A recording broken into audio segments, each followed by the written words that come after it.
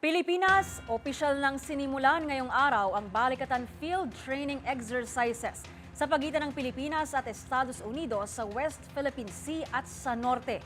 Ang buong detalye sa balitang yan ihahatid live ni Edniel Parosa. Edniel?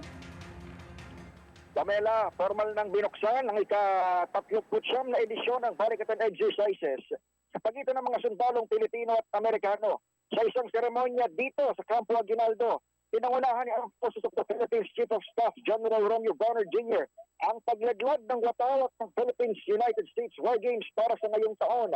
Sa kanyang mensahe, binigyan din ni Bonner na tampok sa balikatan ang pagsasanay o implementasyon din ng Comprehensive Archipelagic Defense Concept para maigiit ang kapayapaan sa Indo-Pacific region.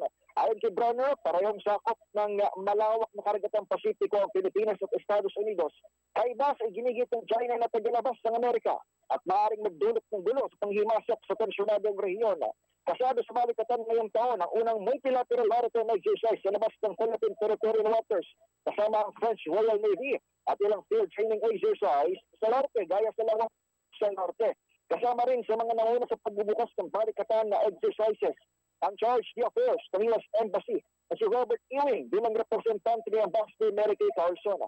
Nagkapit-visig din ang mga sundalo matapos ang sabayang pagpapakita ng balikatan strap, hudyat o simbolo ang kanilang paglahok sa pinakamalaking iteration ng War Games.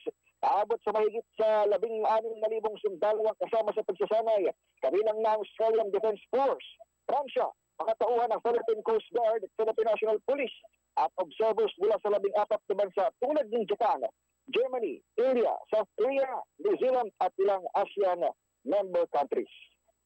Para sa NBC TV Network News, ito si Edniel Parosa.